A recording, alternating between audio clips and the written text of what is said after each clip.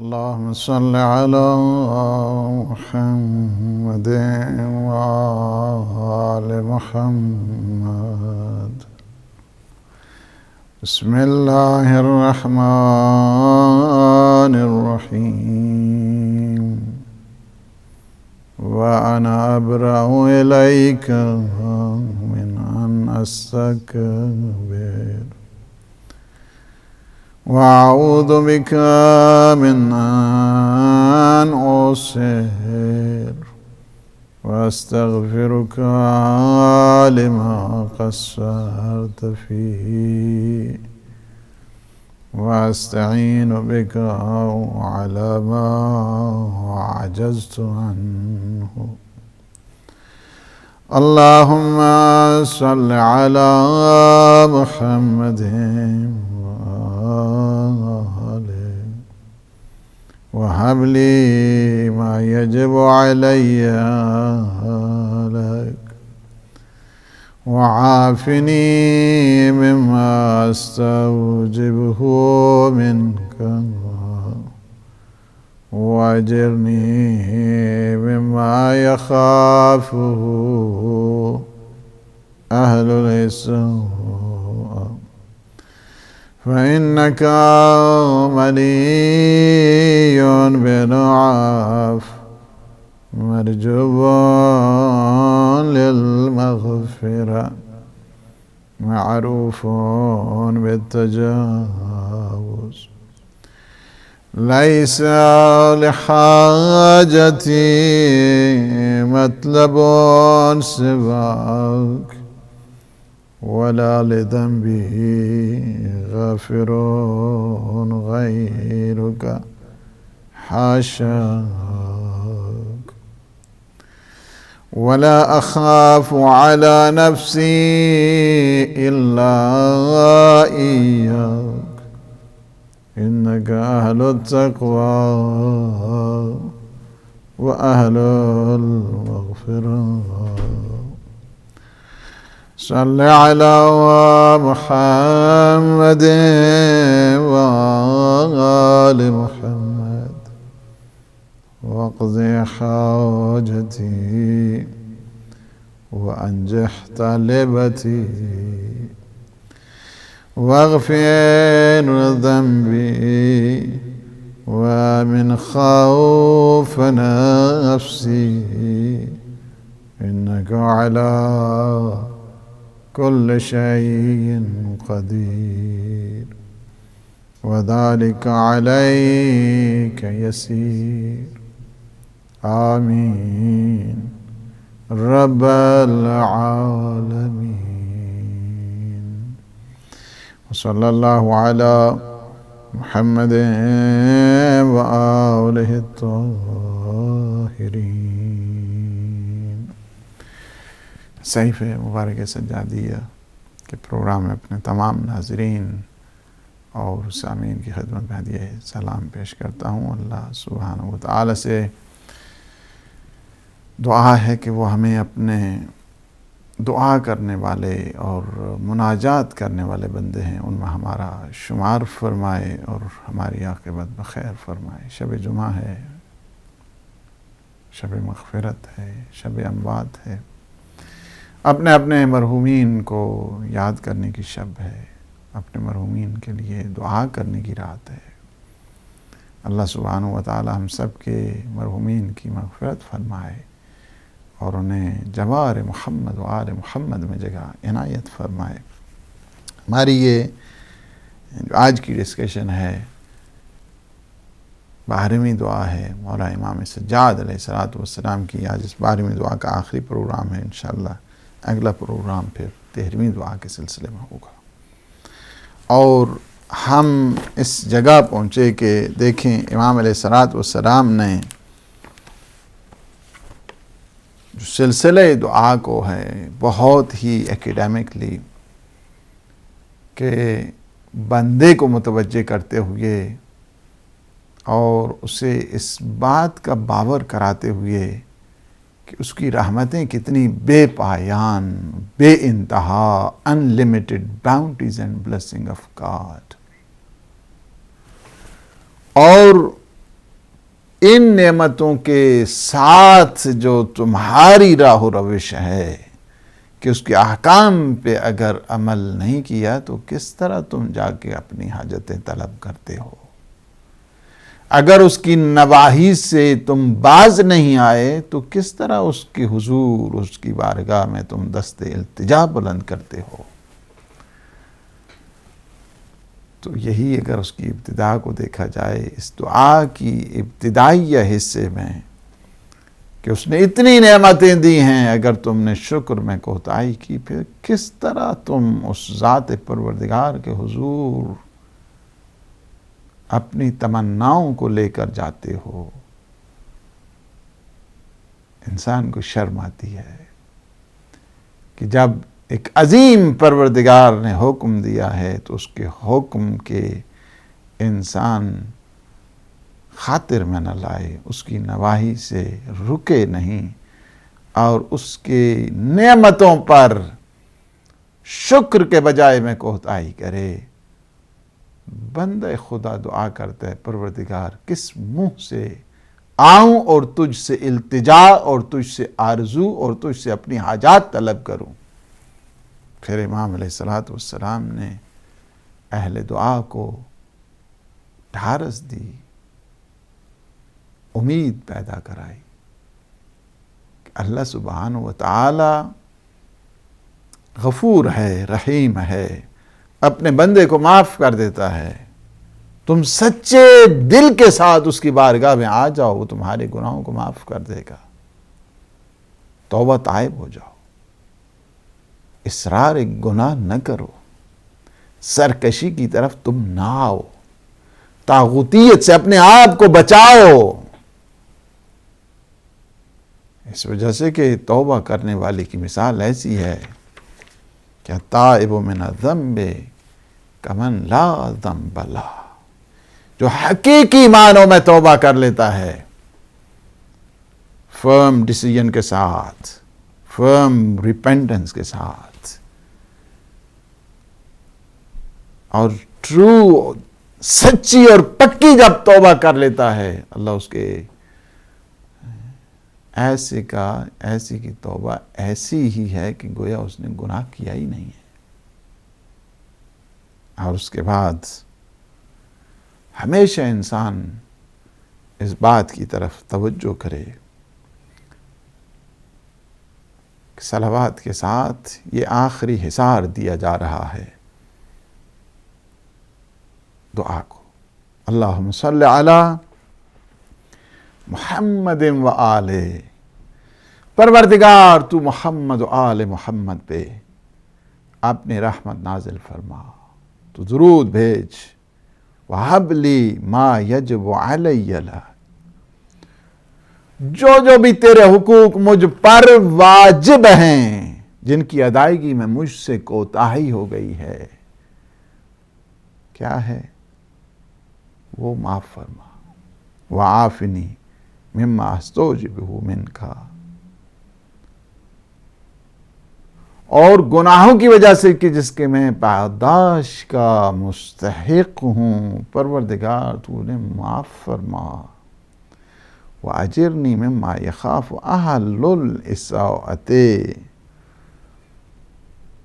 اور مجھے ان سزاؤں سے پناہ دے دے کہ جو اہل گناہ جس سے خوف زدہ ہوا کرتے، گناہ گار جس سے خوف زدہ ہوا کرتے۔ فَإِنَّكَ مَلِيٌّ بِالْعَفْوِ، اس لیے کہ تیری بارگاہ کیا ہے، معافی سے معمور ہے، سرشار ہے،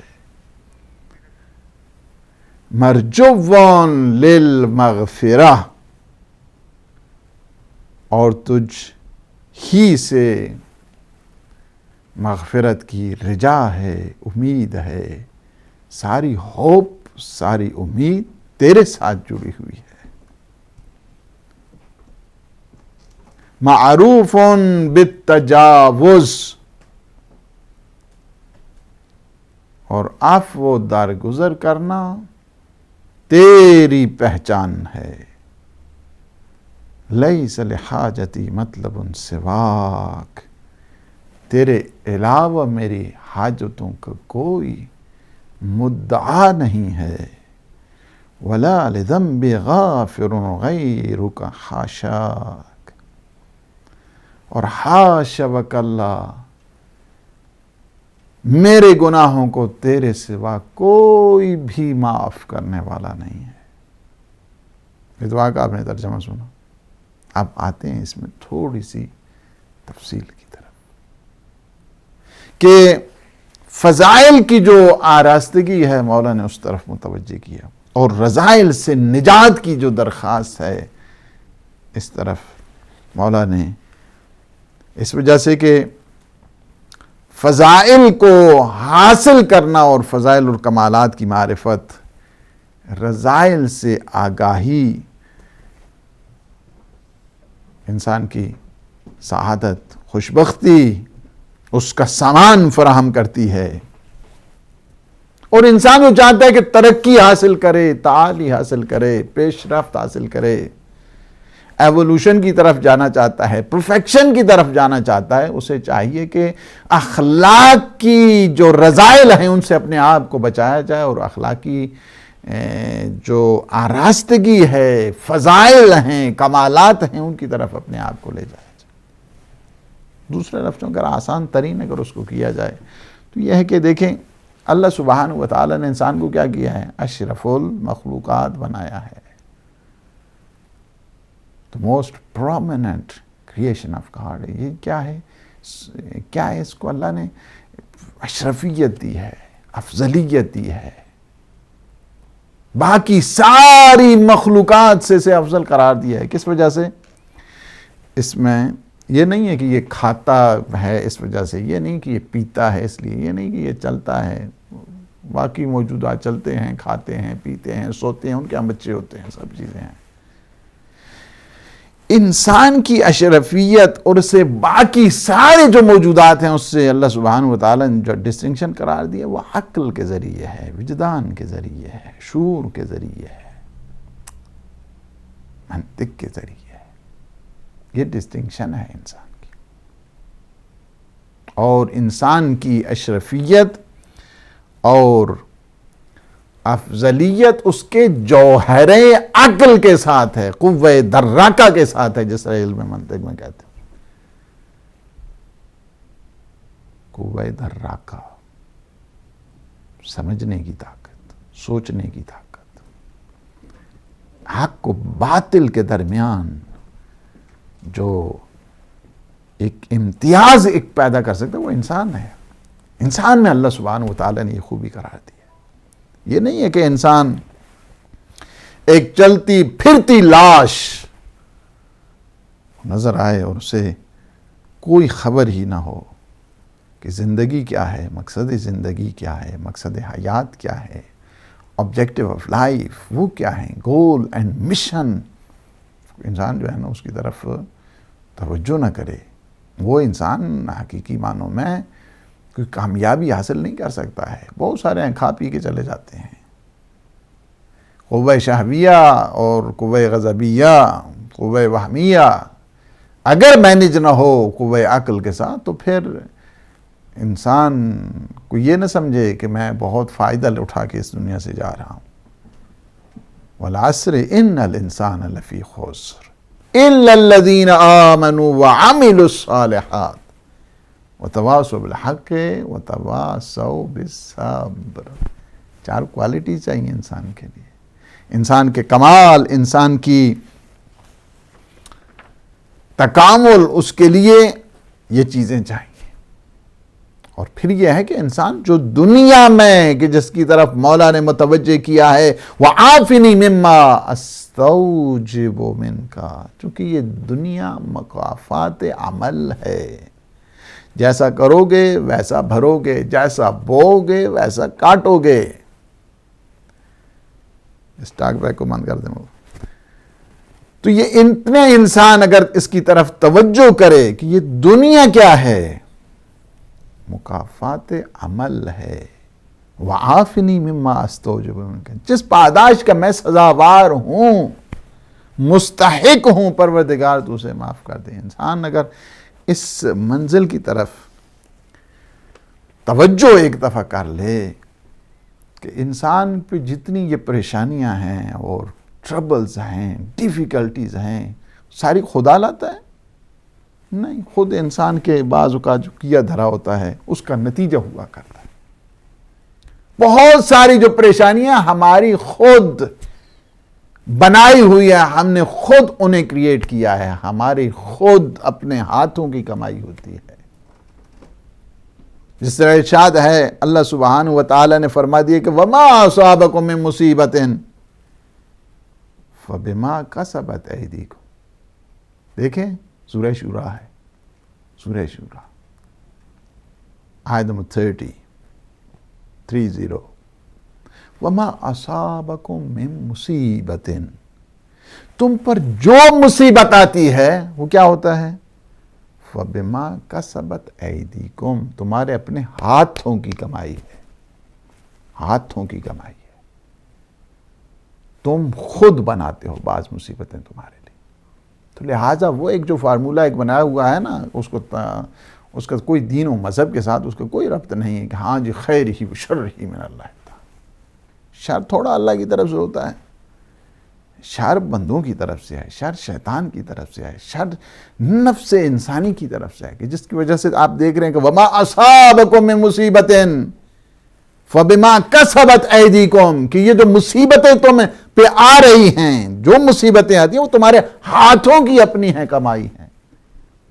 کسبت ایدیکم، جو کہ اس آیت نے وہ جو فارمولہ ہے اس کو فنش، وہ کوئی عقلی نہیں ہے، کوئی منطقی نہیں ہے، کوئی دینی نہیں ہے، کوئی مذہبی نہیں ہے. خیر ہی و شر ہی کہاں سے بابا، کس سے، کون سا کانسیپٹ ہے، کس نے آپ کو دیا ہے یہ کانسیپٹ؟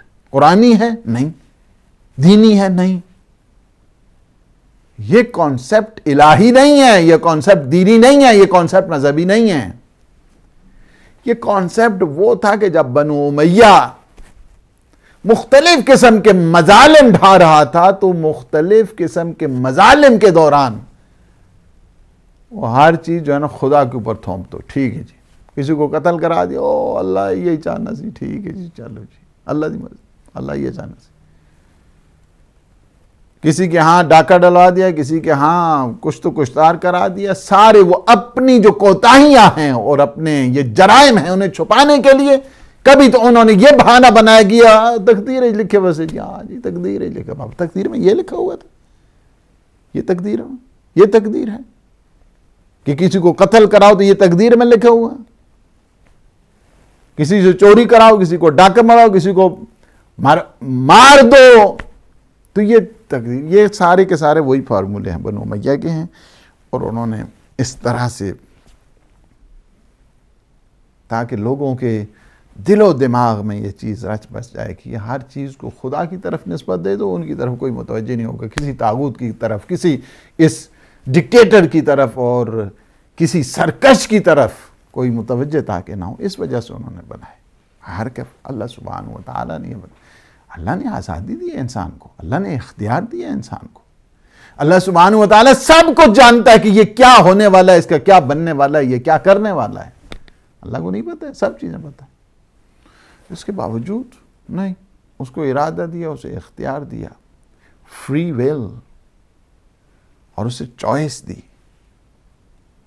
اس کی اپنی انٹینشن کے مطابق ہے، اس کی اپنی ویل کے مطابق ہے، فری ویل، اس کے تحت یہ کام کرتا ہے. اِنَّا هَدَيْنَاهُ السَّبِيلَ اِمَّا شَاكِرًا وَإِمَّا كَفُورًا. ہم نے تمہیں دونوں راستے دکھا دیے ہیں، تمہارے it's really up to you, کون سا راستہ آپ نے اختیار کرنا ہے، راہ نجات یا وہ راستہ کہ جو گمراہی والا ہے، کون سا راستہ اختیار کرنا ہے، ہدایت والا راستہ اختیار کرنا ہے یا گمراہی والا راستہ اختیار کرنا ہے. تو باہر کے یہ ہے کہ انسان جو مکافات عمل ہے اس سے کبھی چھٹکارا حاصل نہیں کر سکتا. جو انسان کرتا ہے وہی کچھ پڑتا ہے، اور یہ دنیا کی نیچر ہے. It is a natural phenomena اس کو کہتے ہیں. اس میں آپ تبدیلی نہیں کر سکتے، خواہ آپ کو پتہ ہے خواہ آپ کو نہیں پتہ ہے. اگر بجلی کی اوپن وائر ہو اور آپ اس کو یہ سمجھیں کہ یہ ٹیلی فونک لائن ہے اور اوپن ہے، وہ کرنٹ مارے تو کہے گا ہاں سوری مجھے پتہ نہیں تھا تو بجلی کی لائن ہے، اوپن وائر ہے. نہیں، اس کو نیچرل ہے. آپ کھانے میں مرچ ڈالیں تو وہ کڑوی ہوگی، شربت میں میٹھا ڈالیں گے تو وہ میٹھا ہوگا. یعنی جتنا یہ کیا ہے کہ نیچر ہے. یعنی وَأَجِرْنِي مِمَّا يَخَافُهُ أَهْلُ الْإِسَاءَةِ، اور پروردگار اس عذاب سے پناہ چاہتا ہوں جس سے اہل عصیان، اہل گناہگار خوف زدہ اور ہراساں ہوتے ہیں. یعنی یہ بھی ہے کہ خدائی جو عذاب ہوا کرتا ہے، پنشمنٹ آف گاڈ، اللہ سبحانہ و تعالیٰ کی جو پنشمنٹ ہوا کرتی ہے، عذاب ہوا کرتا ہے. یہ عذاب کیا ہے کہ فقط یہ نہیں ہے کسی کو بھوکا رکھے، کسی کو افلاس میں مبتلا کرے، کسی کی نوکری چھین جائے، بلکہ وہ بعض اوقات دے کر بھی عذاب کرتا ہے اور بعض اوقات لے کر بھی عذاب کرتا ہے. اس کے اپنے رنگ ہیں، اس کے اپنے سلیقے ہیں. بعض اوقات کسی کو اچھی خاصی پوسٹ دے دی، بعض پھر یکدم چھین لے، بعض کو اچھا خاصا اقتدار دیا یکدم. یہ آپ نے ساری چیزیں دیکھی ہوئی ہیں، آپ کی آنکھوں کے سامنے ہے. اس وقت تو دنیا کیا ہے کہ ایک گلوبل ولیج بن گئی ہے. ساری دنیا کی خبریں آپ لوگوں کے پاس ہیں. اب مجھے اس طرف زیادہ آپ ٹائم نہیں دینا. یعنی کیا ہے کہ وہ بعض اوقات لے کر آزماتا ہے اور انسان کو مبتلا کرتا ہے بعض اوقات عذاب میں، بعض اوقات دے کر بہت ساری دی ہے، مال دیا، دولت دی، سب چیزیں دی، یکدم اس نے کہا چلو اب جاؤ. اسی طرح جو ہے اللہ سبحانہ و تعالیٰ، یعنی یہ فقط نہیں ہے کہ کسی کو محروم کر دیا ہے تو یہ عذاب ہے. کسی پہ عذاب جو مختلف قسم کے، کئی قسم کے اس کے رنگ ہیں نا عذاب کے. سب سے بڑا عذاب اللہ سبحانہ و تعالیٰ کا یہ ہے کہ کسی کو اپنی یاد سے محروم کر دینا، اپنی یاد سے محروم کر دینا، اپنے ذکر سے محروم کر دینا، اپنی آشنائی، لذت آشنائی اس سے محروم کر دینا.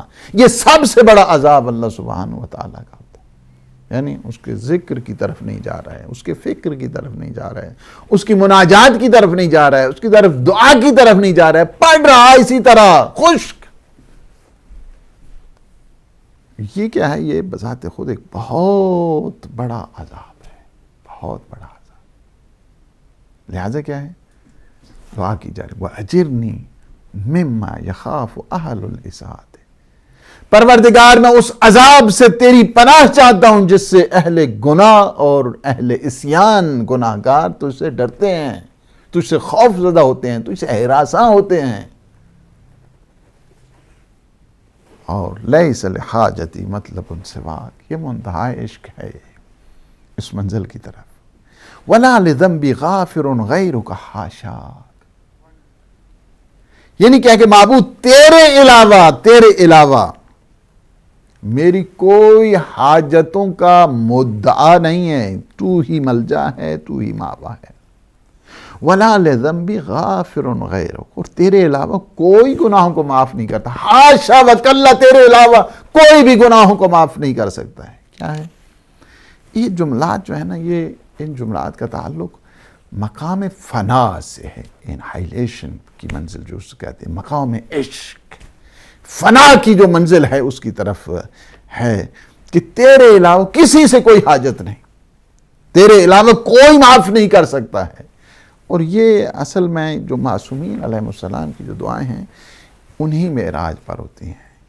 یہ عام انسان اس قسم کی دعائیں نہیں کر سکتے ہیں، اور ہم لوگوں کے تو فہم و ادراک میں یہ چیزیں نہیں آ سکتی ہیں کہ جو معصومین علیہ السلام نے دعاؤں کی صورت میں ہمیں تعلیم کی ہے، ایجوکیٹ کیا ہے ہمیں. اور شان عصمت سے جو دعائیں برآمد ہوا کرتی ہیں اسی وجہ سے کہ وہ کچھ نہیں چاہتے ہیں سوائے پروردگار کی مشیت کے. وَمَا تَشَاءُونَ إِلَّا أَن يَشَاءَ اللَّهُ رَبُّ الْعَالَمِينَ، یہ کچھ نہیں چاہتے مگر وہی کچھ چاہتے ہیں جو پروردگار چاہتا ہے. اس کی ان کی چاہت پروردگار ہوا کرتی ہے، ان کی رضا پروردگار ہوا کرتی ہے، ان کی مشیت پروردگار ہوا کرتی ہے. اور اللہ سبحانہ و تعالی نے بھی ان کی رضا کو اپنی رضا شمار کیا، ان کے ارادوں کو اپنا ارادہ شمار کیا، جس طرح امام حسن عسکری علیہ السلام کا فرمان ہے کہ ہم کیا ہیں؟ اوعیۃ لمشیۃ اللہ، نحن اوعیۃ لمشیۃ اللہ، ہم اللہ کی مشیت کا ظرف ہیں۔ آپ نے دیکھ رہے ہیں کہاں پہ ہے مشیت؟ آ جاؤ ہمارے دروازے پر، آ جاؤ ہماری بارگاہ میں، آ جاؤ بیت الشرف نبوت میں، ولایت اور امامت میں تمہیں مل جائے گی مشیت پروردگار۔ تم چاہتے ہو اللہ کی مرضی کو تلاش کرنا، اللہ کے ارادے کو تلاش کرنا، اللہ کی رضا کو تلاش کرنا ہے، تو پھر آ جاؤ در نبوی پر، در اہل بیت پر، معصومین کے دروازے پہ آؤ تو تمہیں ارادے پروردگار ملے گا۔ اور یہ چیز ہے، اگر آپ دیکھنا چاہتے ہیں یعنی کچھ نہیں چاہتے، ہمیشہ اللہ سبحانہ و تعالیٰ کی رضا چاہتے ہیں۔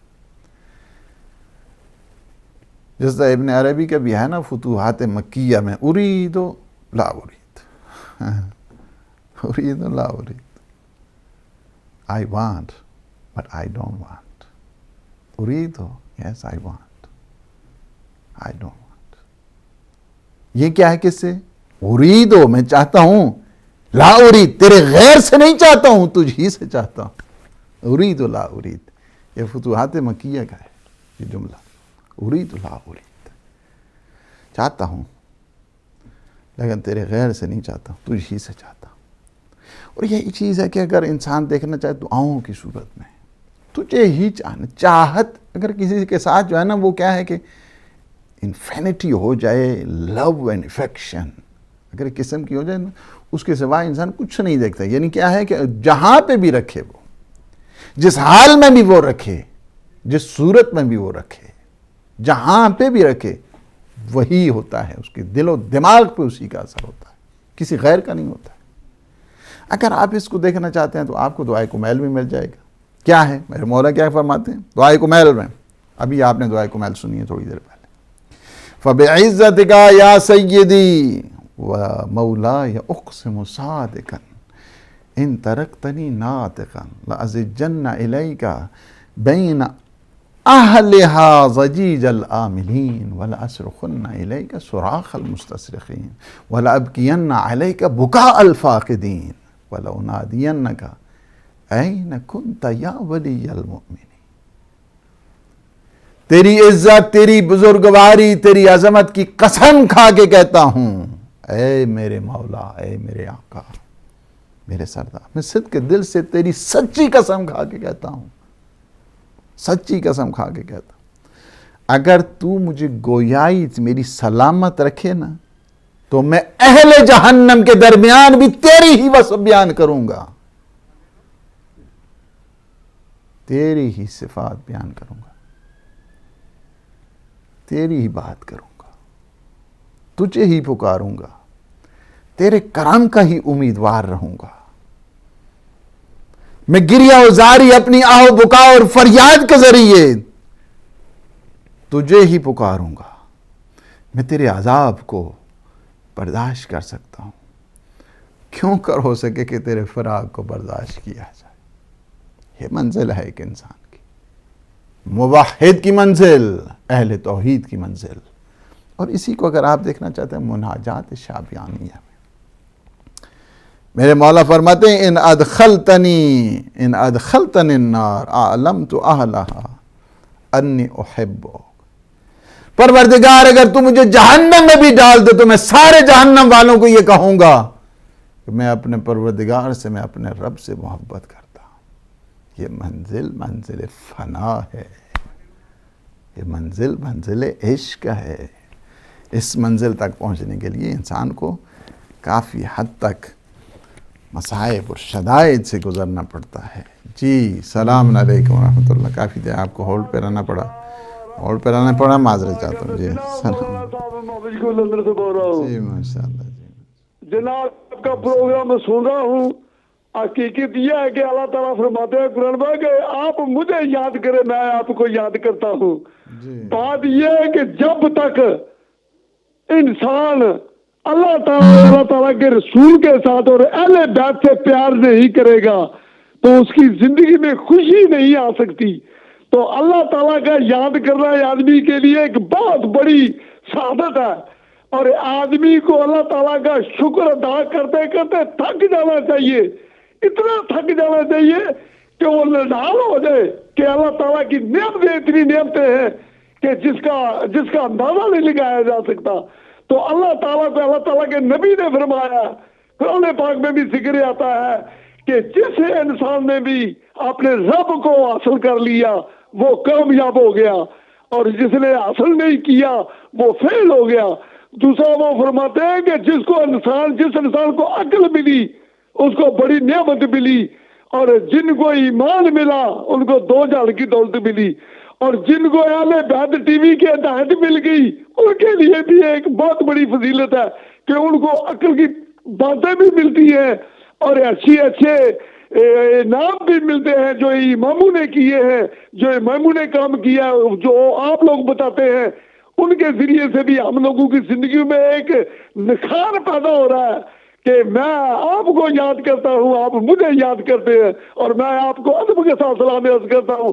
آپ اسی طرح اہل بیت کی تعریف کو بیان کرتے رہے. شکر ہے خدا کا اور شکر ہے آپ لوگوں کا کہ جن کے ذریعے سے اہل بیت اس وقت پوری دنیا میں سنا جا رہا ہے اور ان کے فضائل کا پتہ چل رہا ہے. اسی کے ساتھ جانا چاہتا ہوں, ادب کے ساتھ سلام عرض کرتا ہوں. اللہ حافظ. اللہ پاک سے خیر دے انشاءاللہ, صحت و سلامتی عطا فرمائے انشاءاللہ. حق محمد و آل محمد.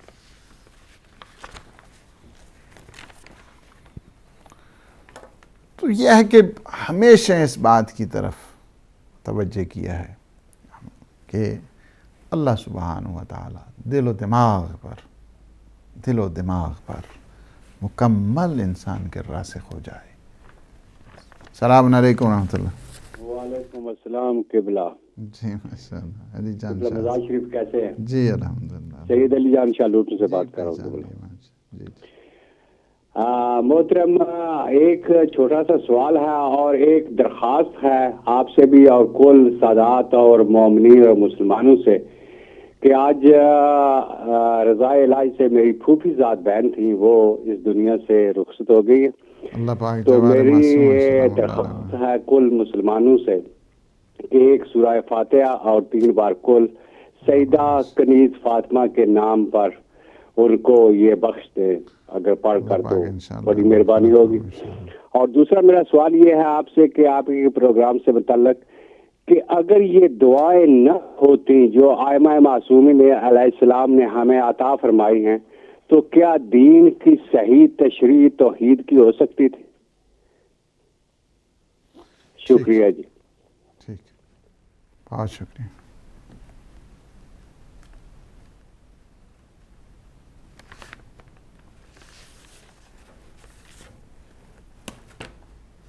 یہ ہے کہ یعنی خالص توحید, چونکہ ہمارے یہاں کیا ہوتا ہے کہ نعمتیں آ گئی ماشاء اللہ خوش باش سب چیزیں ہیں, ذرا سی تکلیف آتی گئی اس کے بعد شکایتیں شروع ہیں, فریادیں شروع ہیں, کمپلین شروع ہو جاتی ہیں. اس وجہ سے کہ اس نے تمہیں زبان دی ہے ذکر کے لیے دی ہے, شکایتوں کے لیے نہیں دی ہے. اس نے انسان کو اعزاز دیے, جواہریں دیے, اتنی طاقتیں نصیب فرمائی اللہ سبحانہ و تعالیٰ نے. اللہ کے ساتھ جس سے بھی یعنی صحیح معنوں میں محبت حقیقی جس کو کہا جائے, محبت حقیقی, جس سے بھی محبت حقیقی انسان کو ہوتی ہے اس کی کبھی کمپلین نہیں کرتا ہے, اس کی کبھی بدخوئی نہیں کرتا ہے, اس کے ساتھ کبھی اپنی بے مروتی نہیں کرتا ہے, اور جسے خوب اچھے انداز کے ساتھ, یہ تو دنیا کا ہے نا, دنیا کی ہے, یعنی جو آپ کی حسد کر رہا ہے, غیبت کر رہا ہے, چغلی کر رہا ہے, وہ تو منزل ہی نہیں ہے, اس کو تو پہلی منزل کے محبت کی منزل پر نہیں ہے, وہ تو بدبخت, وہ تو کچھ بھی نہیں ہے.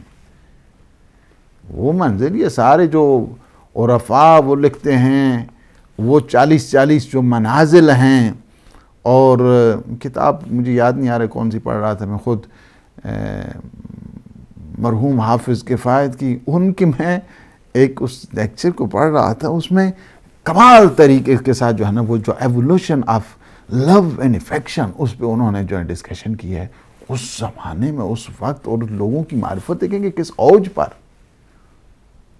میں نے تو بعد میں یونیورسٹی میں دیکھا ہے کہ ہاں جی یہ جو صوفیزم، مسٹسزم، یہ جو ابن عربی کے نظریات، یہ دوسرے جو عرفاء ہیں ان کے نظریات کس طرح جو ہے نا وہ جاننا ہے اور کس طرح آپ نے میپ کرنا ہے ان نظریات کو. 40 سٹیجز کے بعد جو مقام فنا، بعض نے 120 منازل کے بعد، تو اس میں بھی مرحوم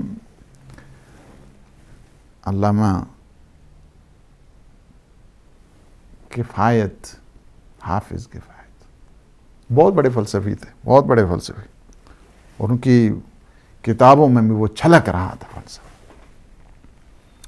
اس میں بھی وہ کہتے ہیں کہ یہ جو محبت ہے، محبت بدرجہ احسان، محبت بدرجہ مودت، محبت بدرجہ عشق، محبت بدرجہ خلت، اور محبت بدرجہ ولا، مقام فنا. اور یہ جو مقام فنا وہاں پہ تو تصور ہی نہیں ہے کسی قسم کے مخالفت. جس طرح اللہ سبحانہ و تعالیٰ کی انہوں نے ہر جگہ پہ بتایا میرے بعد میرے اہل بیت ہیں. دعوت ذوالشیرہ سے لے کے غدیر تک تعارف کراتے رہے. اہل بیت کا کہا میرے بعد میرے اہل بیت کے ساتھ متمسک رہنا، اور میں تمہارے ساتھ قرآن اور اہل بیت چھوڑ کے جا رہا ہوں. تو کیا ہمیں یہ چیزیں لے لینی چاہیے تھی کہ نہیں؟ اس پر ذرا روشنی ڈال کر ہماری توفیقات میں اضافہ فرمائیے. پروردگار بحق محمد و آل محمد آپ کو سلامت رکھے اور ہم سب کو سلامت رکھے. اللہم صلی علی محمد و آل محمد وعجل فرجہ. شکریہ. تو یہ جو منزل ہوتی ہے، منزل فنا، وہاں پہ شکایت کی منزل ہی نہیں ہے، شکایت کا تصور ہی نہیں ہے وہاں پہ اللہ سبحانہ و تعالیٰ کے. ہمیشہ ہر دم اس کی عطاؤں کی بات ہوتی ہے، اور اپنی تقصیر کو ہمیشہ، اپنی تقصیر، ہر دم اپنی تقصیر، اور ہر دم اس کی عطاؤں کی یاد ہوا کرتی. السلام علیکم ورحمۃ اللہ. علامہ صاحب سے بات کر رہے ہیں؟ جی میں بول رہا ہوں. جی فرمائیے، کون بول رہے ہیں، کہاں سے بول رہے ہیں؟ علامہ صاحب بلال نام ہے. آپ لائیو ہیں؟ جی میں لائیو ہوں، آپ بھی لائیو ہو گئے ہیں. علامہ صاحب ماشاء اللہ آپ نے اہل بیت کے کافی اچھے وہ بتا رہے ہیں، تعریف کر رہے ہیں. یہ آپ نے بھی ایک کوٹ کی لیا ہے ابن عربی کا. جی وہ ذرا کوٹ بتائیے کیا تھا. یہ فتوحات مکیہ کی دوسری جلد ہے اور پیج نمبر 19 ہے. اچھا نہیں، یہ کیا کوٹ کیا تھا بتائیے ذرا، کیا ہے وہ، کہا کیا؟ ارید ان لا ارید. اچھا تو مولانا میں یہ ابن عربی تو ویسے یہ ناصبی آدمی تھا جہاں تک ہمارے علم میں ہے، اور یہ شیعہ بھی نہیں تھا. کوئی بات نہیں اور ہے. یہ واضح وجود والا یہ آدمی ہے. تو اس کے کوٹس وغیرہ استعمال کرنا میرا خیال ہے کہ یہ اہل بیت کے ساتھ زیادتی ہے. چلیں، میں نے سوال آپ کا سن لیا ہے، جو ہے نا وہ کوٹیشن کی بات ہو رہی ہے. جی السلام علیکم ورحمۃ اللہ. السلام علیکم مولانا صاحب. علیکم السلام ورحمۃ اللہ. آغا مسعود حیدر گلابگو سے بات کر رہا ہوں. جی ماشاء اللہ. جی اللہ تعالیٰ آپ کو سلام دیجیے. مولانا صاحب ایک سوال یہ تھا کہ جس چیز سے آپ فرما رہے ہیں کہ مقام فنا، آج کے دور میں ایسے کون سے کردار ہیں کہ جو اس مقام تک پہنچے ہوں؟ شکریہ. السلام.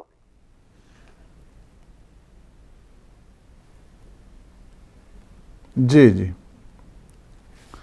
السلام علیکم ورحمۃ اللہ. السلام علیکم. وعلیکم السلام مولانا صاحب. جی جی جی مجھے پوچھنا تھا سوال. سب سے پہلا تو یہ کہ اس سے پہلے جو پروگرام آیا تھا حج کا، اس کا نام پلیز ریپیٹ کر دیں، اور اگر یہ ریپیٹ شام میں ہوگا دوبارہ ہوپ فلی. میں یہاں کینیڈا سے مسز علی بول رہی ہوں. جی جی جی. اینڈ سیکنڈلی مجھے ذرا کنفیوژن ہے جو آپ نے ابھی لیکچر دیا کہ دعا کے اوپر، تو 2-3 باتیں ہیں کہ کاز اینڈ ایفیکٹ والا معاملہ ہے، جو آدمی کرے گا وہ بھرے گا. تو پھر دعا کا کیا کانسیپٹ ہے کہ واقعاً کیا پھر انسان کو وہ ایفیکٹ سے بچا سکے گا جو اس کے کازز ہیں اس کے عطاب سے یا بہت اس کے اچھے اجر سے. صحیح بات. اگر تو یہ ہے تو پھر اللہ کا عدل کیا ہوا یہ ہے. اور کاز اینڈ ایفیکٹ کا معاملہ دنیا میں بھی ہے اور آخرت میں دونوں میں ہے. تو کن باتوں پر دنیا میں اللہ کاز اینڈ ایفیکٹ کو امپلیمنٹ کرتا ہے, کن اعمال کے لیے فوری ادھر کاز اینڈ ایفیکٹ کا یا ایفیکٹ دیتا ہے جو آپ کے گناہ یا اجر ہیں اس کو ادھر نتیجہ دے دیتا ہے. یہ سارا معاملہ اٹھا رکھا ہے کہ اس دن جب آؤ گے تب بات ہوگی. ٹھیک, تو یہ ذرا کانسیپٹ مجھے ٹھیک سمجھ گیا میں آپ کی بات پوری. انشاءاللہ میں آ رہا ہوں پھر سوالات کی جب آؤں گا. تو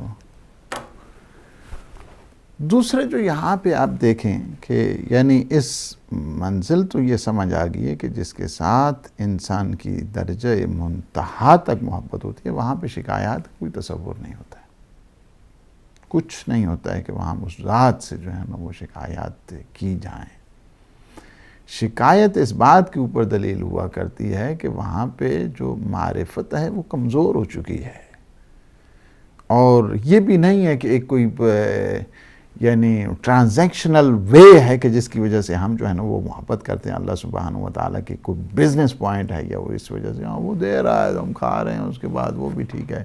جب اس کی طرف سے کوئی آزمائش آئے تو پھر جو ہے نا آئے بائے جو ہے نا پھر شروع کرتے. یہ نہیں ہے, بلکہ کیا ہے کہ جو اللہ والے ہوا کرتے ہیں ہمیشہ ان کی دونوں صورتیں میں, جس طرح نہج البلاغہ میں مولا امیر المؤمنین علی ابن ابی طالب علیہ السلام کا جو ارشاد ہے کہ الحمدللہ علی نعمائہ کما نحمدہ علی بلائہ, یہ منزل ہے.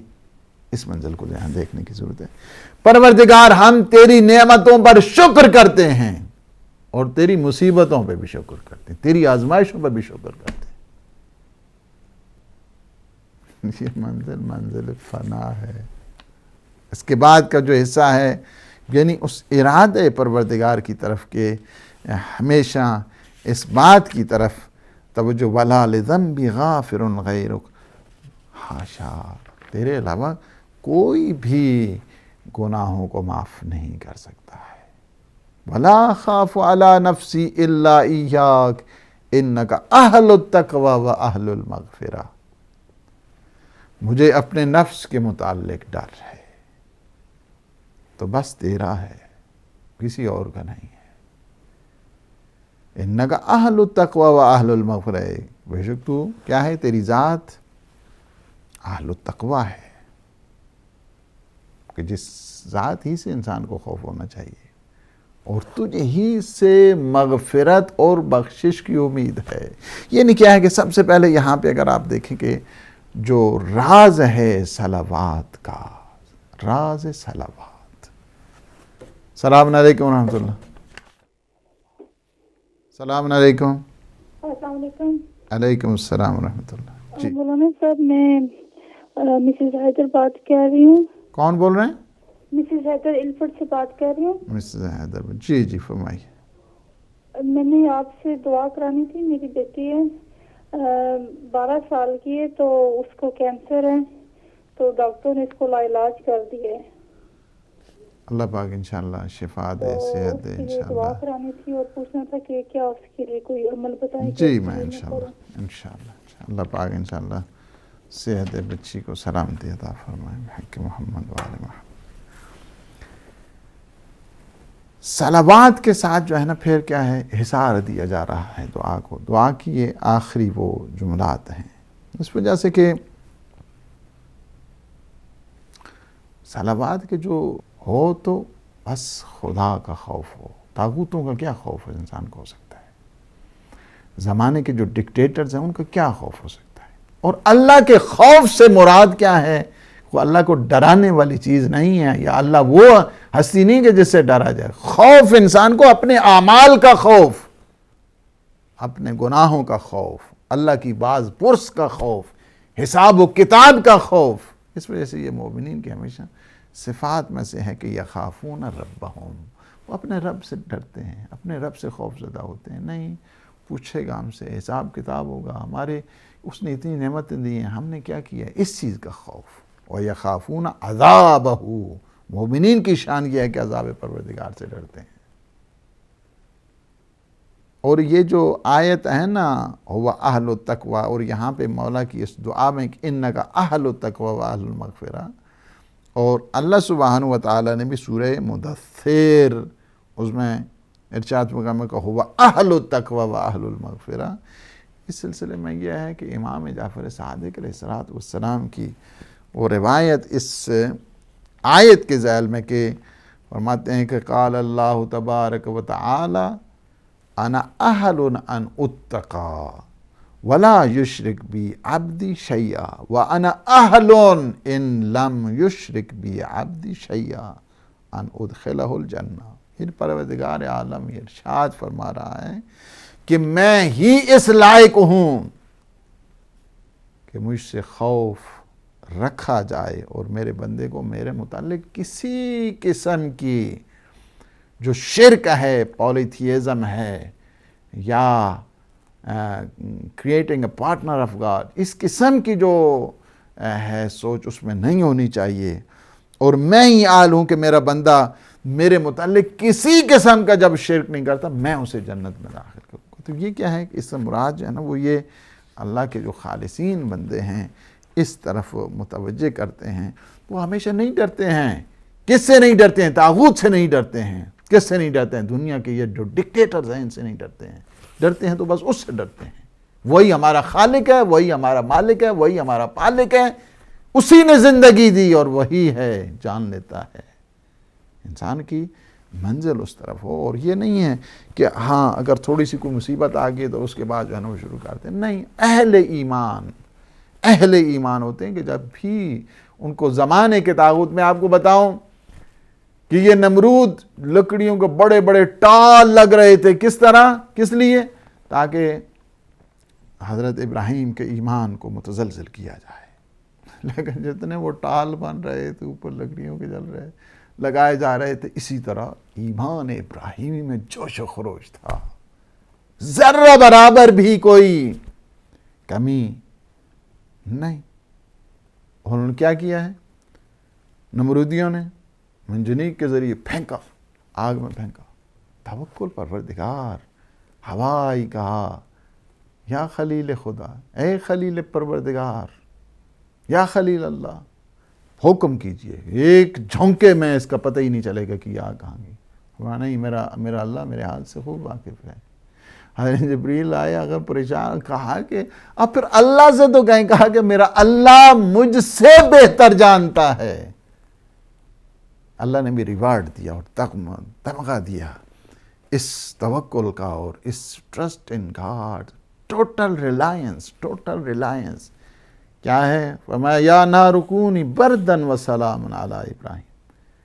اے نار، اے آگ تو ٹھنڈی ہو جا، میرے ابراہیم کے لیے ٹھنڈی ہو جا، سلامتی کا سامان بن جا. یہ نہیں ہے کہ اتنی اس طرح جو ہے نا وہ -30 ہو جائے. نہیں، ٹھنڈی ہو جا، سلامتی بن جا میرے ابراہیم کے لیے. اللہ سبحانہ و تعالی اس طرح ریوارڈ دیا کرتے ہیں اپنے بندے کو. اور یہ بات حقیقت ہے. وَلَا أَخَافُ عَلَى نَفْسِي إِلَّا إِيَّاكَ. یعنی کیا ہے کہ خوف ہے تو بس خدا کا خوف ہے، کسی غیر کا جو ہے نا وہ خوف نہیں ہے. اور آخر میں کیا ہے کہ بندے کو کیا چاہیے کہ ہمیشہ سر تسلیم خم، اللہ کے سامنے سر تسلیم خم، طاغوت کے سامنے سر بلند. یہ شان ہے مومن کی کہ اللہ کے سامنے کیا ہے؟ سر خم ہے. طاغوت کے سامنے کیا ہے؟ سر بلند ہے. سر بلند رہے طاغوت کے سامنے. وہ کچھ نہیں کرتے. یہ جو غلامی کے تصور میں ہیں، غلامی انسان کو ہمیشہ اللہ کے سوا ذلیل کیا کرتی ہے. اور یہ بات بتا دی ہے فَمَنْ يَكْفُرْ بِالطَّاغُوتِ وَيُؤْمِنْ بِاللَّهِ فَقَدْ اسْتَمْسَكَ بِالْعُرْوَةِ الْوُثْقَىٰ لَا انْفِصَامَ لَهَا وَاللَّهُ سَمِيعٌ. طاغوت کا انکار کرو، ریجیکشن، طاغوت کا انکار، اور اس کے بعد اللہ پہ تم ایمان لاؤ. اللہ پہ ایمان. اور پھر جا کر انسان جو اس کی مضبوط رسی ہے اس کے ساتھ متمسک ہو سکتا ہے. یہ ہے. اور پھر کیا ہے؟ یہ منزل ہے انسان کے ہمیشہ اللہ کے سامنے سرخم. اور جب اللہ کے سامنے سرخم ہوتا ہے وہ ہمیشہ سر بلند رہا کرتا ہے. وہ کبھی بھی کسی طاغوت، خواہ وہ زمانے کا نمرود ہو، زمانے کا فرعون ہو، زمانے کا شداد ہو، زمانے کا یزید ہو، کسی کے سامنے وہ سرخم نہیں کرتا ہے. اس وجہ سے کیا ہے؟ اس کے لبوں پہ یہ زمزمہ ہوتا ہے، کیف لا استعز والیک نسبتی، میں کیوں سر بلند نہ ہوں کہ میری نسبت تیرے ساتھ جڑی ہوئی ہے. تو میرا رب ہے، تو میرا کریم پروردگار ہے. میری نسبت اہل بیت کے ساتھ جڑی ہوئی ہے. میں ان کے در کا غلام. مجھے کیا ہے؟ ہیہات من ذلہ، ہیہات من ذلہ. ذلت اور رسوائی ہم سے دور ہے. اور یہی چیز ہے کہ آج اگر آپ دیکھ رہے ہیں کہ دشمن مختلف انداز کے ساتھ دشمن کیا کرتا ہے؟ فرضی دشمن بناتے ہیں، فرضی دشمن بنا کے مسلمانوں کو آپس میں لڑاتے ہیں تاکہ یہ ایک دوسرے کا اسلحہ بن جائے، تیسرے اسلحے کو استعمال کرنے کی ضرورت نہ پڑے. ہمیشہ اس بات کو یاد رکھیں، سب سے بڑا جو نقصان ہے وہ تفرقہ بازی. یہ جو سب سے بڑی ڈسٹریکشن جس کو کہا جائے وہ ساری یہی ہے کہ صفوں کے اندر پھوٹ، اتحاد کا فقدان، ڈس یونٹی، جس کی وجہ سے سب سے بڑی اس وقت جو آپ خدمت کر سکتے ہیں کسی قوم کی اور ملت کی، ان کو آپس میں جوڑیں. اسلام انسانوں کے اتحاد کا قائل ہے. اسلام لوگوں کے اتحاد، سارے مذاہب کو اتحاد، بین المذاہب کی ضرورت ہے، اس کا قائل ہے. الحمدللہ اس مکتب نے کہ جو مکتب اہل بیت ہے، اس نے ہمیشہ اس بات کی سرفرائی، شہداء کے خون کے حصار میں یہ پلتا بڑھتا رہا ہے. نینوا سے شروع ہو جائیں، کربلا سے شروع ہو جائیں، یہ کربلا کے شہداء کے صدقے میں آج آپ دیکھ رہے ہیں کہ صدائیں بلند ہو رہی ہیں، عزت کی، سربلندی کی، سرفرازی کی. ان شہداء کے خون کے ساتھ بھی وعدہ انسان کا یہی ہیہات من ذلہ، ہر قسم کی ذلت سے انسان دور رہے اور زمانے کے ان طاغوتوں کے گٹھ جوڑ کرنا، ان کے ساتھ بیعت کرنا، ان کے ہاتھوں پہ ہاتھ رکھنا، یہ خون شہداء کے ساتھ غداری ہے، خواہ وہ بدر کے ہوں یا کربلا کے ہوں. اس وجہ سے یہ مولا نے بتا دیا کہ ہمیشہ کیا ہے؟ اللہ کے سامنے تم نے سرخم کرنا ہے اور طاغوت کے سامنے سر بلند رہنا ہے. اللہ سبحانہ و تعالیٰ سے دعا ہے کہ وہ ہمارے لمحات کو اپنی عبادت میں شمار فرمائے. الحمدللہ 12ویں دعا کمپلیٹ ہوئی. یہ یہاں پہ دوسری جلد بھی زبور آل محمد کی آ گئی ہے، ابھی یہاں پہ ہمارے یہاں بھی اویلیبل ہوگی اور انشاءاللہ العزیز. اور اب رہ گئے ہمارے ٹائم میرا بالکل ختم ہو گیا، لیکن مجھے باہر کے یہ سوالوں کے جواب تو دینے ہیں. تو سب سے پہلے ہمارے بڑے محترم ہیں محمد یعقوب، لندن سے انہوں نے فون کیا ہے. اصل آیت کی طرف اشارہ کیا انہوں نے کہ فَاذْكُرُونِي أَذْكُرْكُمْ، تم مجھے یاد کرو میں تمہیں یاد کروں گا. تم مجھے یاد کرو تم مجھے، میں تمہیں یاد کروں گا. اور پھر انہوں نے اشارہ کیا ہے کہ اے اہل بیت علیہ السلام کے ساتھ جس کا وفا نہیں، جس کا پیار نہیں، جس کی محبت نہیں ہے، کہاں خوشی کی زندگی بسر کر سکتا ہے. اور حقیقت میں کامیابی اسی کے لیے ہے کہ جسے رب مل گیا.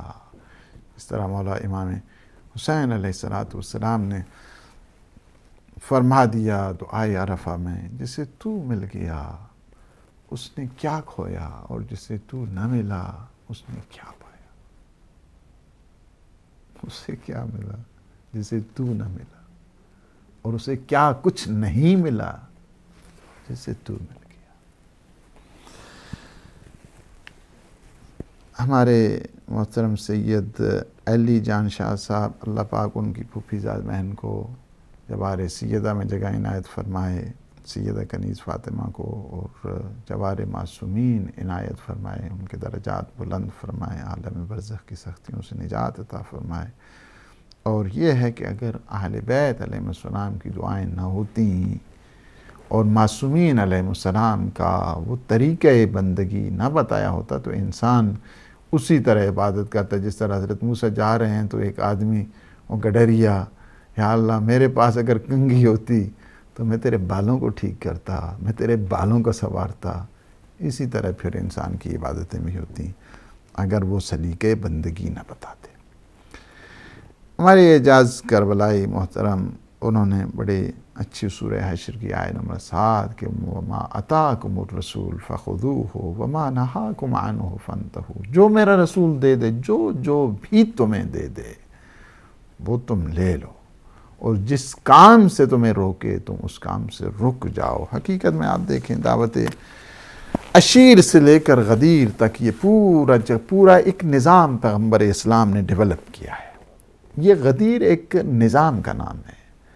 عشیر اور دعوت ذوالعشیرہ ایک کیا ہے؟ ایک نظام اور ایک ڈسپلن آف اسلام جس کو کہا جائے، سسٹم آف اسلام جس کو کہا جائے، نظام اسلام کو پیغمبر اسلام نے پابند کیا ہے، اس انداز کے ساتھ بند کر دیا ہے تاکہ اس نظام کو سمجھتے جائیں۔ لوگ کہتے ہیں ہاں جی امام حسین امام حسن مجتبیٰ کندھوں پہ سوار، شانوں پہ سوار لے کر جا رہے ہیں۔ آپ شاید دیکھتے ہوں گے اسی طرح، لیکن میں دیکھتا ہوں کہ ایک نظام کو انٹروڈیوس کر رہے ہیں۔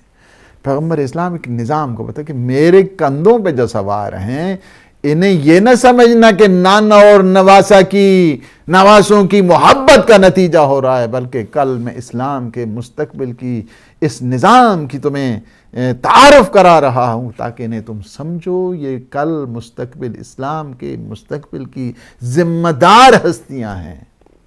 یہی تھی، اور یہی پیغمبر اسلام نے آخری وصیت میں بھی فرما دیا کہ انی تارک فیکم الثقلین کتاب اللہ و عترتی اہل بیتی ما ان تمسکتم بہما لن تضلوا بعدی ابدا حتی یرد علی الحوض۔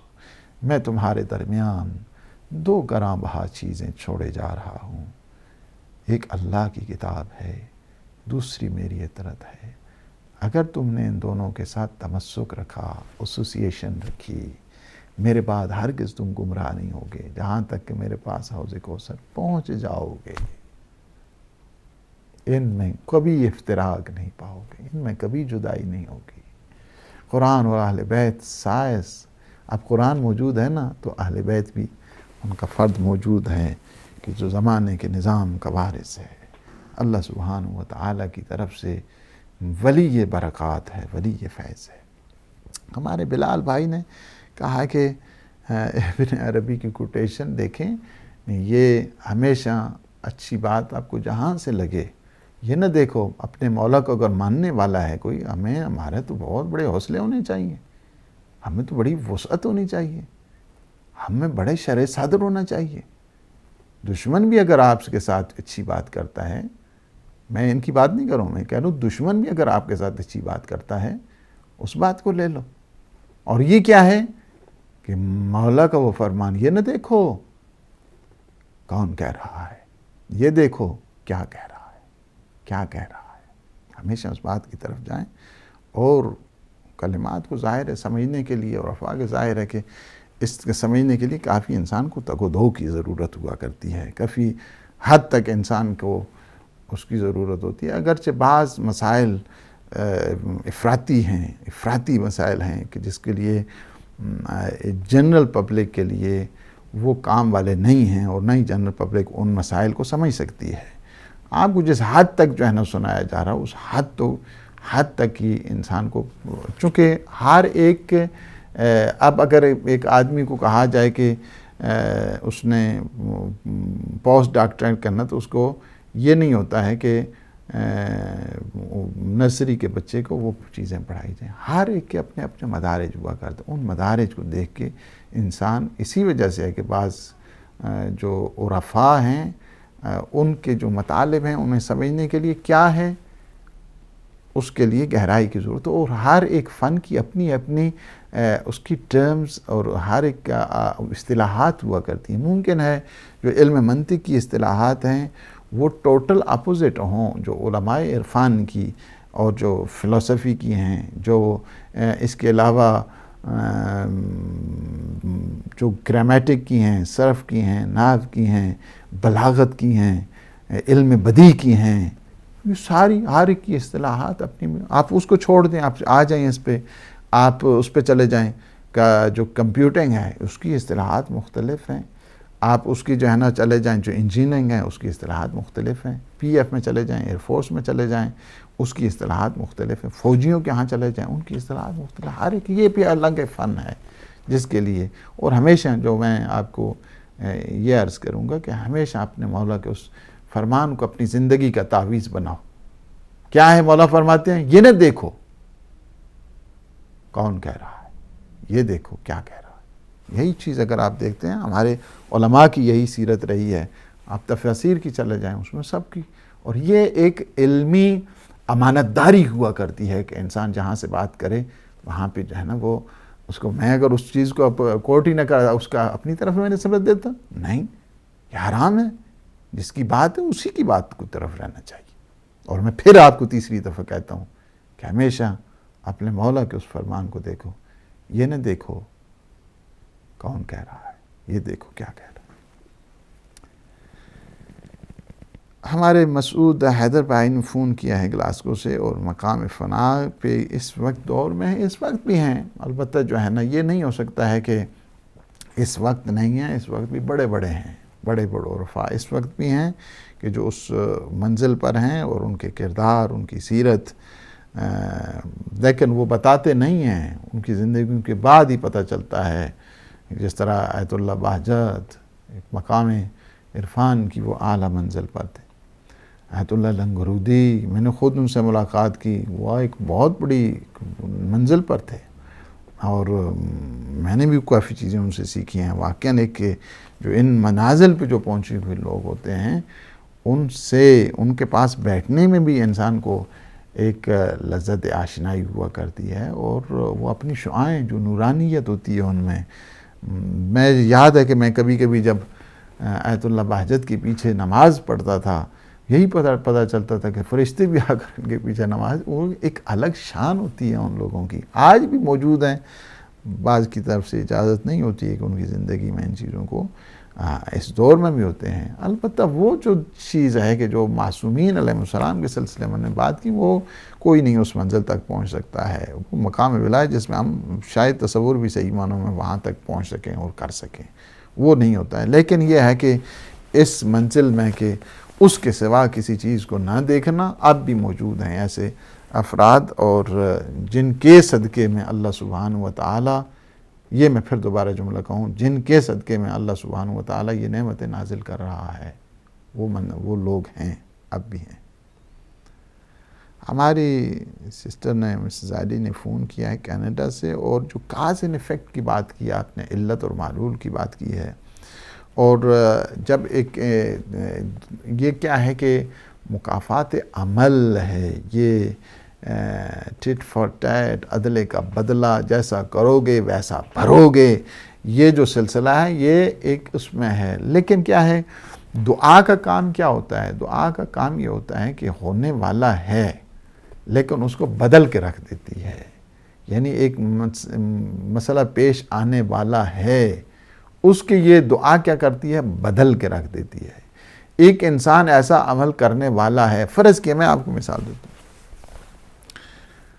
ایک آدمی نے کیا کیا کہ گھر سے اس کام کے لیے نکلا، نعوذ باللہ، کہ فلاں جا کر جو ہے نا ایک جگہ پہ اس نے، مثال دے رہا ہوں، حالانکہ یہ مثالیں بھی بڑی عجیب و غریبی ہوتی ہیں، مثالوں کو کیسے دیا جائے۔ ایک آدمی جو ہے وہ، مثال دینے میں تو کوئی حرج نہیں ہے نا، آدمی گھر سے نکلتا ہے کہ فلاں آدمی کو گھر سے نکلتا ہے کہ میں نے وہاں کہ اس پہ حملہ کر دینا ہے، مارنا ہے اس کو، اس سے ماں اس طرح دعا کرتا ہے، دعا۔ اللہ سبحانہ و تعالیٰ کیا کرتا ہے؟ جو ہی وہ گھر سے نکلا، آگے سے اس کے ایک دوست آ گیا، وہ 10 سال پرانی اس کی ملاقات تھی، اور وہ آگے سے نے کہا کہاں جا رہے ہو؟ اب یہ بتا تو نہیں سکتے میں کہاں جا رہا ہوں، کسی چوری کے لیے جا رہا ہوں، کسی ڈاکے کے لیے جا رہا ہوں، کسی کو مارنے کے لیے جا رہا ہوں، کسی پہ حملہ کرنے کے لیے جا رہا ہوں. تو یہ کہتا بس اسی طرح ذرا جا رہا تھا. تو کافی عرصے اب اسے بھی شرم آتی ہے، 10-15 سال پہلے اس کے ساتھ ملاقات ہوئی. ابھی چلیں ان کو تعارف ہی کراتے ہیں، چلیں گھر چلتے ہیں. اس نے تعارف کیا ویسے تو اس نے کہا چلیں، کافی ٹائم ہو گیا. اب وہ جو جس کے علم کے لیے جا رہا تھا، یہ دھارے کیا ہیں اللہ سبحانہ و تعالیٰ بدل دیتا ہے. یا مقلب القلوب بھی یہی ہے، یعنی دلوں کے جو دھارے ہیں اللہ سبحانہ و تعالیٰ ان کو بدل دیتا ہے. بعض اوقات انسان میں شقاوت ہوتی ہے، سعادت پیدا کر دیتا ہے. یہ دعا کے نتیجے میں ہوتا ہے. جو کاز اینڈ ایفیکٹس والی باتیں ہیں، علت اور معلول والی باتیں ہیں، وہ ٹھیک ہے اپنی جگہ پہ، لیکن اس کو جس نے اس علت کو بنایا ہے، جس نے معلول کی تخلیق کی ہے، وہ جب چاہے اس میں جو ہے وہ تبدیلی کر سکتا ہے. تو کیا کرتی ہے؟ اسی وجہ سے دعا کیا کرتی ہے؟ دعا انسان میں وہ انقلاب پیدا کرتی ہے کہ انسان کی تقدیر کو بدل کرتی ہے. یرد القضاء یعنی کیا ہے کہ حالانکہ تقدیر سے بڑھ کر ہے قضاء کی منزل کے جو ایک اٹل فیصلہ ہو جاتا ہے اللہ سبحانہ وتعالیٰ کے، پھر اللہ اس کو چینج کرتا ہے. یعنی حتیٰ کہ جو فیصلہ ہوگی اس کو بھی یہ دعا کیا کر دیتی ہے؟ چینج کر دیتی ہے، تبدیل کر دیتی ہے. یہ طاقت ہے دعا میں کہ انسان کی تقدیر، انسان کی قضاء بدل جایا کرتی ہے. اور پھر آپ نے کہا کہ یہ اللہ کے عدل سے اس کا نہیں، اللہ کے عدل سے اس کا کوئی نہیں ہے. اللہ نے اپنا فضل کر دیا ہے. عدل سے سارے کام اگر ہو جائیں تو میرے خیال میں کہ ایک آدمی بھی جنت میں نہیں جائے. یہ بھی یاد رکھنا. جس طرح پہلی دعا میں مولا امام سجاد علیہ السلام کی دعا میں غالباً 6ٹھی دعا تھی، یہ کتنی یاد نہیں ابھی آ رہا ہے. تو امام نے فرمایا کہ پروردگار تو اپنے عدل سے فیصلہ نہ کرنا، اپنی رحمت اور اپنے کرم سے فیصلہ کرنا ہے. کرم سے فیصلہ کرنا ہے، عدل سے نہیں ہے. عدل سے تو ہو جائے تو پھر تو بہت مشکل ہو جائے گا، کسی کے لیے مشکل ہو جائے، سوائے معصومین کے. میں نہیں سمجھتا ہوں کہ کوئی بھی آ جائے اور اس کے عدل اگر وہ شروع کر دے اور عدل کے تحت ہی فیصلہ کرے. اس وجہ سے کہ اللہ سبحانہ و تعالی ہمیشہ جس طرح دعائے کمیل میں بھی ایک تسامح کا جو لفظ ہے مسامحہ، یعنی وہ بھی یہی ہے. مسامحہ بھی یہی ہوا کرتا ہے کہ مثلا بچہ جو ہے نا وہ گیا ہے فٹ بال کے اوپر اور آپ پوچھتے ہیں ہاں کیوں گیا ہے، یہ کیا ہوا، وہ کیا ہوا ہے. اس کے بعد کیا کہتے ہیں نہیں یہ ویسے یہاں باہر. کیا ہے؟ تسامح، یعنی مجاز، حقیقت سے ہٹ کر. اللہ سبحانہ و تعالیٰ بھی اپنے بندوں کے سلسلے میں مسامحہ یعنی اس طرح کیا کرتا ہے، اپنے فضل کے ذریعے، اپنی رحمت کے ذریعے، اپنے کرم کے ذریعے انہیں اپنی آغوش رحمت میں لیتا ہے. ورنہ عدل پہ اگر انسان کا ہو جائے تو پھر تو سزا کے بغیر جو ہے نا بہت مشکل ہے انسان کا چارہ کار بھی ہو. چارہ کار نہیں ہوتا ہے. اللہ تقدیروں کو بدل دیتا ہے دعا کے ذریعے، اللہ قضا کو بدل دیتا ہے دعا کے ذریعے. جب انسان کیا قرآن نے نہیں کہا ہے کہ تم اگر اچھے اعمال کرو اور توبہ تائب ہو جاؤ تو جو برے اعمال کیے ہیں اس کو بھی ہم بدل دیں گے حسنات کی طرف، بدل دیں گے حسنات کے. سچے دل کے ساتھ اس کی بارگاہ وہ بہت کریم ہے اور رحیم پروردگار ہے. ہماری سسٹر مسٹر حیدر نے ان کی بچی کو بیمار ہیں، کینسر ہے. اللہ سبحانہ و تعالیٰ صدقہ امام سجاد بیمار کربلا انہیں صحت سلامتی عطا فرمائے. اور میں نے یہ نسخہ متعدد جو کینسر کے مریض ہیں انہیں دیا اور وہ شفا پائے ہیں. ابھی بھی ہمارے ایک مسلسل کالرز آتے ہیں، کبھی کبھی جب ہم ڈونیشن کے لیے بیٹھتے ہیں تو وہ اپنا ڈونیشن بھی دیتے ہیں لندن سے. اور جب ہم نے ابتدا شروع کیا تھا اس ہدایت ٹی وی کو اس وقت سے وہ ہمارے ممبر ہیں. اور وہ جب ڈاکٹروں نے لا علاج کیا تو اس کے بعد کینسر کی وجہ سے پریشان تھے. میں نے یہی نسخہ انہیں بھی دیا تھا جو ہے دعائے توسل کا. آپ دعائے توسل پڑھیں اس کے بعد انشاءاللہ العزیز. اور یہ میں نے ہمارے آیت اللہ بہت بزرگ مرحوم آیت اللہ العظمیٰ سید محمد رضا گل پائی گانی ان کے داماد ہیں. میں نے یہ ان سے سنا تھا کہ جب وہ لندن آئے تھے علاج کے لیے، آغا محقق ان کے داماد ہیں، ان سے یہ میں نے جب بیٹھے تھے ایک دفعہ تو انہوں نے مجھے یہ بات بتائی. کینسر تھا آغا گل پائی گانی کو اور وہ لندن جب علاج کے لیے آئے تو انہوں نے کہا میں نے اس راز و نیاز اللہ سے مناجات کرتے ہوئے اور پوری توجہ اللہ کے ساتھ دعائے توسل کو پڑھا اس گریہ ازاری کے ساتھ. جب ایگزامن کیا گیا، حالانکہ پہلے وہی علاج کرا رہے تھے، ایگزامن کیا گیا دوبارہ تو کہا کوئی یہاں پہ سرطان نہیں ہے، کوئی کینسر نہیں ہے، کوئی کچھ نہیں ہے. یہ پھر میں نے بہت سارے یہ نسخے دیے ہیں جو ہمارے اس کینسر کے اس میں تھے، تو الحمدللہ رب العالمین سارے تقریباً ٹھیک ہو. آپ بھی اس نسخے کو آزمائیے، جو بڑی اچھی پرسکرپشن ہے اور بہت ہی بہترین. توسل کریں ذرا اس خاص راز و نیاز کے ساتھ معصومین علیہ السلام سے، جو عدم سے وجود میں لاتا ہے، وہ وجود میں جو نقص ہے اس کو ختم کر دیتا ہے. وہ پروردگار ایسا ہے. اللہ سبحانہ وتعالی اجر دے اور صحت دے اور سلامتی عطا فرمائے. اور سارے جتنے ہمارے مریض ہیں، ہمیں اس سلسلے میں آخر میں فون کرنا ناجل بلاغ ہونا چاہیے. ہمارے جو ایڈمن ڈپارٹمنٹ ہے کل فون کریں انشاءاللہ دن میں، تو انہیں مہیا کرا دی جائے گی انشاءاللہ العزیز. پروردگار ہمارے ان لمحات کو اپنی عبادت میں شمار فرما، ہمارے گناہوں سے عفو درگزر فرما. پروردگار ہمارے گناہوں کو نہ دیکھ، اپنے لطف اور احسان کے صدقے میں ہمارے جملہ گناہان صغیر اور کبیرہ کو معاف فرما. ہم سب کی مغفرت فرما. جتنے مومنین مومنات حاجات رکھتے ہیں باب الحوائج کے صدقے، پروردگار تو ان کے حوائج شرعیہ کو پورا فرما. جتنے بیمار ہیں، بیمار کربلا کے صدقے میں بالخصوص بچی، پروردگار بیمار کربلا کے صدقے میں صحت سلامتی شفا کاملہ اور عاجلہ عطا فرما. ہم سب کے مرحومین اور بالخصوص ہمارے بڑے محترم ہیں سید علی جان شاہ صاحب، پروردگار ان کی پھوپھی ذات بہن کو جوار معصوم السلام اللہ علیہ میں جگہ عنایت فرما. سارے مومنین مومنات جو مرحوم ہو چکے ہیں، بالخصوص وہ مرحومین یا اللہ جن کا کوئی والی وارث نہیں ہے، ان سب کی مغفرت فرما. جوار معصومین میں جگہ عنایت فرما. خدا بحق محمد و آل محمد عالم اسلام کو سر بلند فرما، عالم طاغوت کو نابود فرما. پروردگار یوسف زہرا امام الزمان قطب عالم امکان کے ظہور پر نور میں تعجیل فرما. اللہم عجل لولیک الفرج. والسلام علیکم ورحمۃ اللہ وبرکاتہ.